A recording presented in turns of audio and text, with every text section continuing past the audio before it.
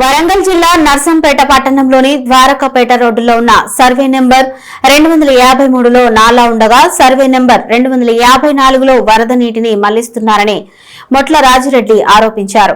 ఈ అంశంపై పూర్తి స్థాయిలో సర్వే నిర్వహించాలని, దీనికి సంబంధించి హైకోర్టు ఆదేశాలు, స్టే ఉత్తర్వులు కూడా ఉన్నాయని ఆయన తెలిపారు. నాలాలను ఆక్రమించిన వారిపై చట్టపరంగా కఠిన చర్యలు తీసుకోవాలని కోరుతూ పలుమార్లు అధికారులకు వినతి పత్రాలు అందజేసినా ఇప్పటి వరకు ఎలాంటి చర్యలు తీసుకోలేదని ఆవేదన వ్యక్తం చేశారు.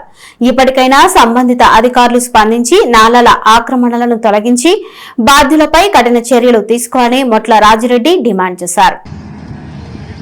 ఎంఆర్ ఫంక్షన్ హాల్ దగ్గర 253-54 మధ్య నుంచి పోయే వరద కాలువ గత 4 సంవత్సరాల నుంచి కబ్జా జరుగుతున్నా నేను మున్సిపాలిటీ వాళ్ళకు ఒక 10 అప్లికేషన్లు పెట్టిన 4-5 సంవత్సరాల నుంచి.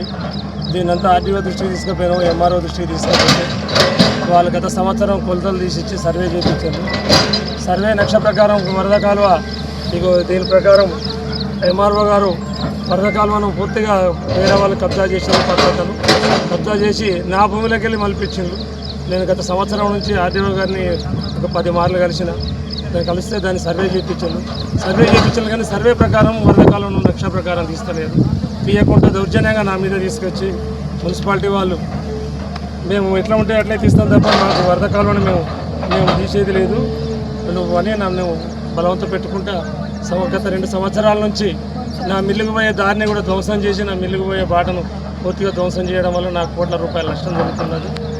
కాబట్టి దయచేసి కలెక్టర్ గారు దీని మీద స్పందించి మన గౌరవ ముఖ్యమంత్రి గారు చెప్పినట్టుగా నాలాలు కబ్జా జరగకుండా హైకోర్టు ఇచ్చినది ఏదైతే ఉందో ఈ హైకోర్టు ప్రకారం దీన్ని అమలు చేయాలని నేను కలెక్టర్ గారిని, అలాగే మన స్థానిక ఎమ్మెల్యే గారిని, ఆర్డీఓ గారిని, ఎంఆర్ఓ గారిని మీ ద్వారా నేను వాళ్ళని కోరుతున్నాను.